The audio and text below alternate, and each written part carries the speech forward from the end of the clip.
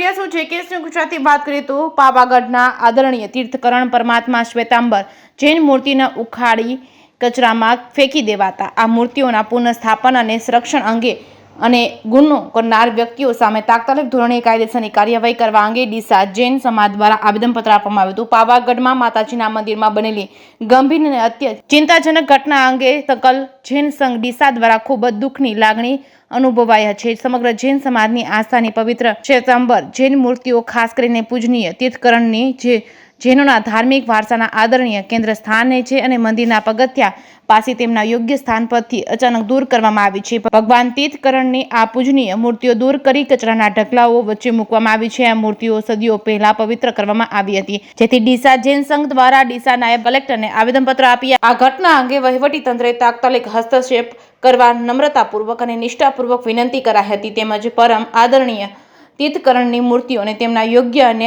આદરણીય અને સ્થાને તાત્કાલિક અસરથી પુનઃ સ્થાપિત કરી જવાબદારો સુરેન્દ્રભાઈ પટેલ તેમજ અશોકભાઈ પંડ્યા તેમજ મેનેજર વિક્રમભાઈ નામના શખ્સો સામે પગલાં લેવા જણાવ્યું હતું। જે કેસની ગુજરાતી સાથે ભરત ઠક્કર ડીસા। ગઈકાલે પાવાગઢમાં અમારા જૈન તીર્થંકર ભગવાનોના પ્રતિમાજીઓ ખંડિત કરવાનું એક દુષ્કૃત્ય અમુક નરાધમ તત્વોએ આચર્યું છે। હજુ સુધી આવી ગંભીર ઘટનાની ફરિયાદ પણ દાખલ કરવામાં આવેલી નથી અને આ ઘટનાના પરિણામે સમગ્ર જૈન સમાજમાં ખૂબ જ ઉગ્ર આક્રોશ છે। અમારા ઘણા સાધુ ભગવંતો ઘણી બધી જગ્યાએ કલેક્ટર કચેરીઓમાં ધરણા કરીને બેઠા છે, તેમ છતાં એ આરોપીઓની એવી કોઈ ઊંચી લાગવગ કે શું છે ખબર નથી પડતી, હજુ સુધી એફઆઈઆર થઈ નથી।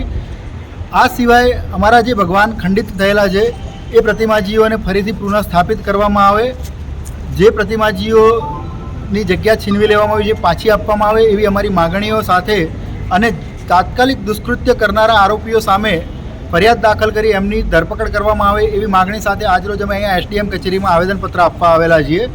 અને જો આ અમારા આવેદનપત્રોને ગંભીરતાથી લેવામાં નહીં આવે તો સમગ્ર જૈન સમાજ જે શાંતિ માટે જાણીતો છે એ પોતાના ઉગ્ર પ્રત્યાઘાતો આપશે અને કોઈક એવા જલદ પગલાઓ પણ ભરવા ના છૂટકે મજબૂર બનશે કે જેના કારણે સરકારને કાયદો વ્યવસ્થા જાળવવામાં પણ તકલીફ પડશે। આ કોઈ જૈન સમાજને એવું ના સમજી લે કે બંગડીઓ પહેરેલી છે શાંતિ પ્રિય છીએ, એનો અર્થ એવો નથી કે અમે દરેક અન્યાયને ચૂપચાપ સહન કરીશું।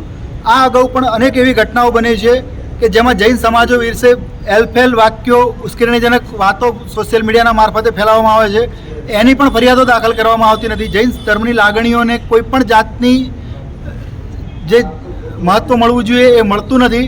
આના વિરોધમાં જૈન સમાજ ખૂબ ઉગ્ર પ્રતિભાવો આપશે, એટલે સરકારને પણ વિનંતી છે કે અમારી આ વાતને ગંભીરતાથી લે, આ આરોપીઓ સામે તાત્કાલિક ફરિયાદ દાખલ કરે અને આરોપીઓની ધરપકડ કરી કાયદાની જોગવાઈ પ્રમાણે એમને કડકમાં કડક સજા થાય એ માટે તાત્કાલિક પગલાં ભરે।